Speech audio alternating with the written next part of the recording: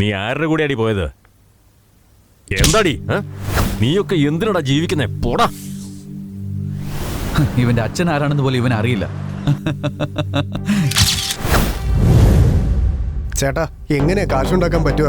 എനിക്ക് ഒരുപാട് കാശുണ്ടാക്കണം. എന്താ ചെയ്യേണ്ടതെന്ന് പറയട്ടാ. എനിക്ക് ഒരുപാട് കാശ് വേണം. വലിയ വലിയ ആൾക്കാരെ കൊന്ന കാശ് കിട്ടോ? പറയട്ടാ. അമ്മേ,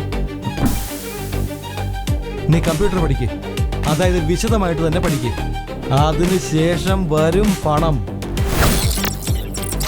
ദിസ് ഈസ് ഡാർക്ക് വെബ്.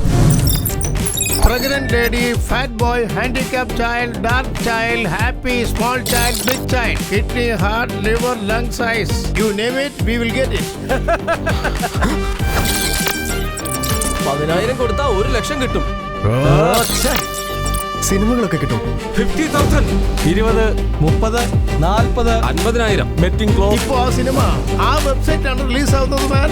നീ എന്താ ചെയ്യാൻ പോകുന്നത്? ആ സിനിമയൊക്കെ നമ്മുടെ വെബ്സൈറ്റിൽ അപ്ലോഡ് ചെയ്യാം. Cinema ready ആയിട്ടുണ്ടല്ലോ.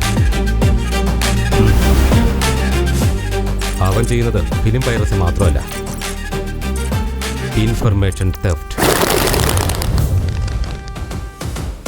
അപ്പോ ആരുടെയൊക്കെ ഇൻഫർമേഷനാണ് ഉള്ളത്? Big shots, ministers, retired RTOs, film producers, media tycoons, ഇവരുടെയൊക്കെ personal videos, call recordings, bank details. ഒരാളെ ഭയപ്പെടുത്താൻ വേണ്ടത് എന്തൊക്കെയാണോ അതൊക്കെ എൻ്റെ കയ്യിലുണ്ട്. ജീവിതം തന്നെ മാറാൻ പോകുവാണ് സാറേ. നിന്നെ കൊണ്ട് പറ്റില്ലെങ്കിൽ അവന്റെ നമ്പർ എനിക്കിതാ, ഞാൻ നോക്കിക്കോളാം. വിളിച്ചാൽ പോലും വരാത്തവര് നമ്മൾ ജയിക്കുമ്പോൾ വരും. ജയിക്കുന്നവനെയാണ് ഈ ലോകത്തിന് വേണ്ടത്.